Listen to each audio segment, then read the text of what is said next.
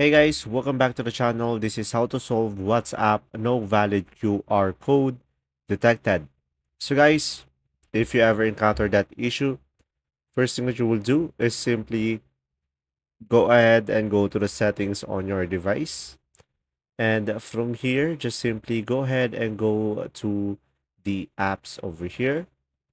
And now just simply try to find the WhatsApp over here, guys. And just simply tap on it.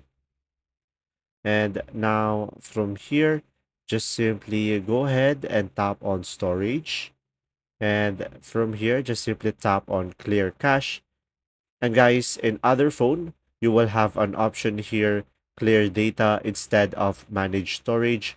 So just simply tap on clear data, just simply clear the data, and it will reset the WhatsApp. And from there, you should be able to fix the issue.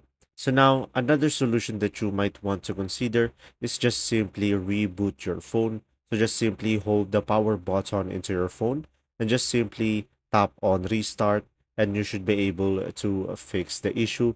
And now another option that you might want to consider is just simply go back at the top left over here, and now just simply go to the permissions over here down below, and make sure guys to enable all of the permissions over here. So as you can see, you will have two categories over here. You have the allowed, and down below you have the denied. So make sure to make everything on allow over here so you won't have any problem, and from there you should be able to fix the issue.